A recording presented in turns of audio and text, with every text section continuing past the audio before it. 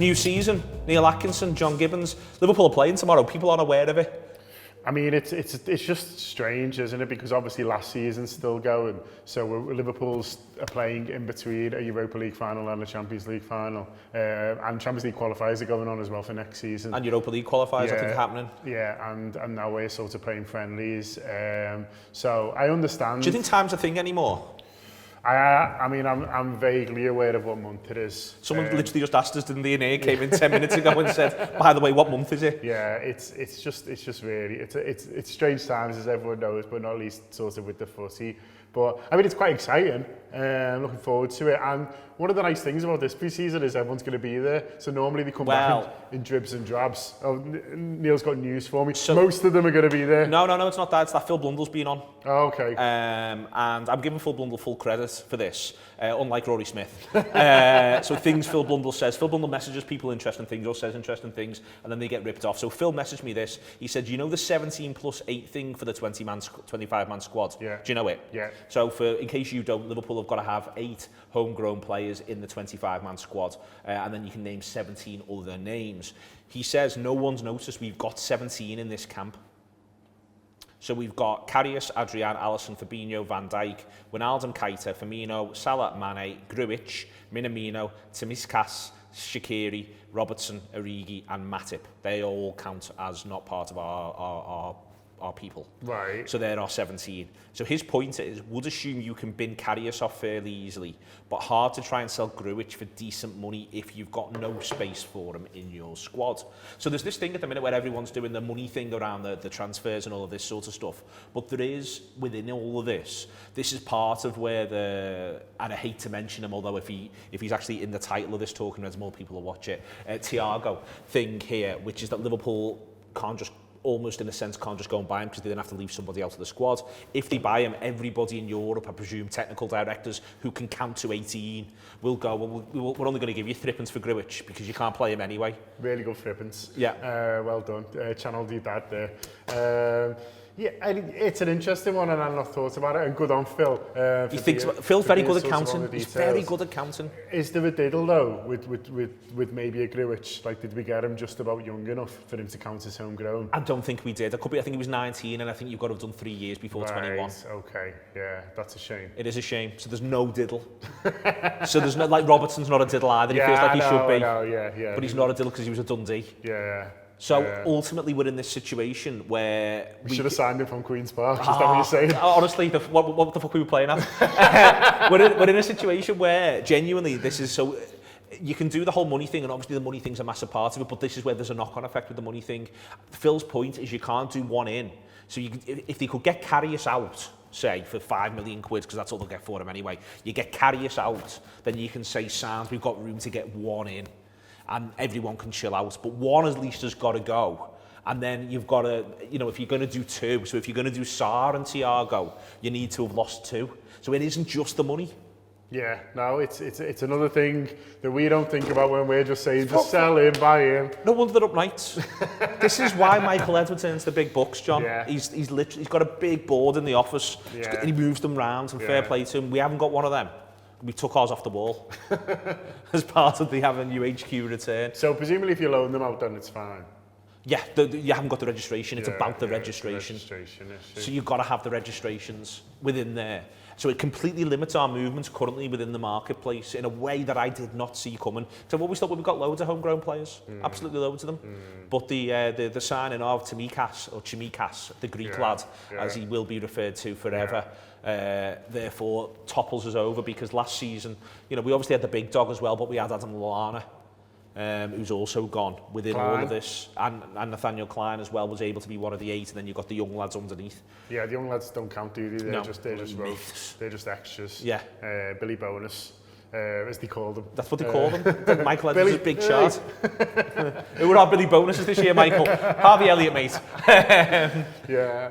I wonder whether, I'm trying to think of diddles now, I'm still trying to think of diddles. Karius did that bit at Man City, probably not long enough. Not long enough. Yeah. There's no way around it. I mean, I reckon Michael Edwards, he's had a diddle meeting. I'm sure he has. He's got the lads in for a diddle, and no one could throw you. He said, can anyone throw me a Mickey? Yeah. He's gone the full heart, and it just didn't happen. That was the agenda. Yeah. So this is where Liverpool currently are, and I think it's worth thinking about. I still am, you know, it was interesting, the story actually changed yesterday, immediately after we finished doing Gutter, where there was an interesting Mel Reddy piece, which was the beginning of I felt the patch-based journalists doing well, they might buy him, you know, thing about Thiago. Did you notice that there was a bit of a change of tone? I've not seen that, no, but I will read it. It is, it's very Mel, in that part of what she's saying is, that so again, it focuses in on this idea of someone's got to go. Yeah. And this is why what I'm saying is that someone does need to go, and the Liverpool do need to do money, and money needs to happen. But it might not necessarily be the fella you think, because everyone's focusing on Genie. Yeah, but it might be that, for instance, they can make the money up elsewhere, and they'll feel as though they can pull it all together. So this is, you know, there's a lot going on here that I think we'll factor in. Not least of the fact there's 2 seasons going on at the same time. And there's 2 seasons going on at the same time. So tomorrow we are doing, on Hot Mic, we're doing Liverpool's friendly against Stuttgart. Yeah. And tonight we're doing the Europa League final. I keep forgetting about that, you know. I've nearly made plans to go for a pint on about 3 separate occasions this Friday. I mean, we can meet, you can have a pint, just over Zoom, in our houses. Yeah, as we watch the Europa League final. But seriously, so it is the Europa League final tonight. Yeah. And if I keep looking at you long enough, I'll remember who's playing.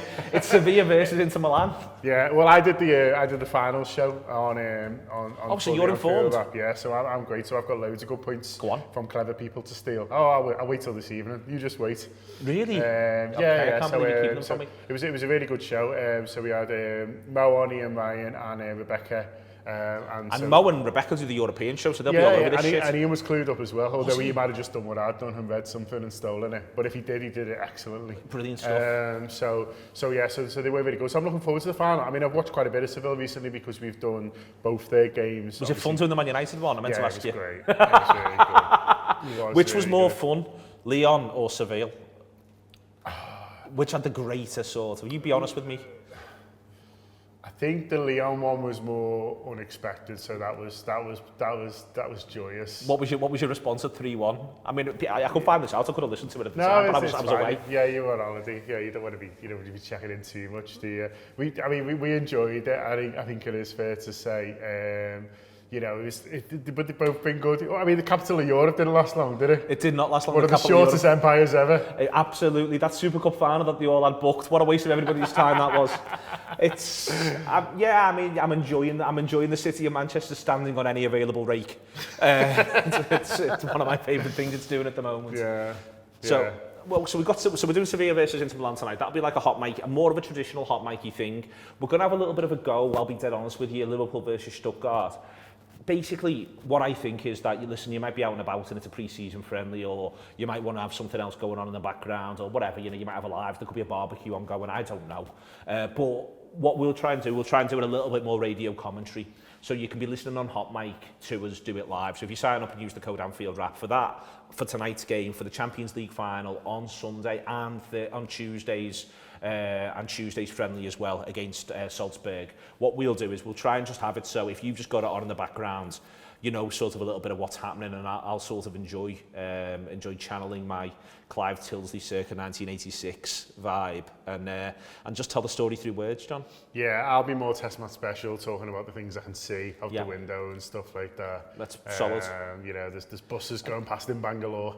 That sort of thing. Yeah, we can do both of those things simultaneously and it'll be fabulous. So do download it and sort of get in touch with that. The finals thing that John's referred to there, obviously be really worth listening to. Gutter from yesterday as well. You know how to subscribe by now. And the other thing that we're going to obviously and I know this sounds really weird, but we're all trying to get our heads around this new season thing. And I'm just going to be really honest with you in that. Start telling people there's a new season, because the Charity Shield is in 8 days as we record this. The Charity Shield, the Community Shield is in 8 days from now.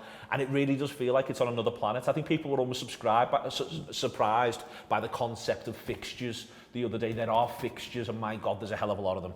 Yeah, they come thick and fast. You've sort of will have engaged you know, with the fixture list coming out, but when you, like us, you have to put them into spreadsheets and stuff like that, you really realise the next season's going to be frantic. But hey, it's something to look forward to, and Liverpool are champions of this thing, so that's something to enjoy as well. Well, we are indeed champions of this thing. By this thing, John means Earth.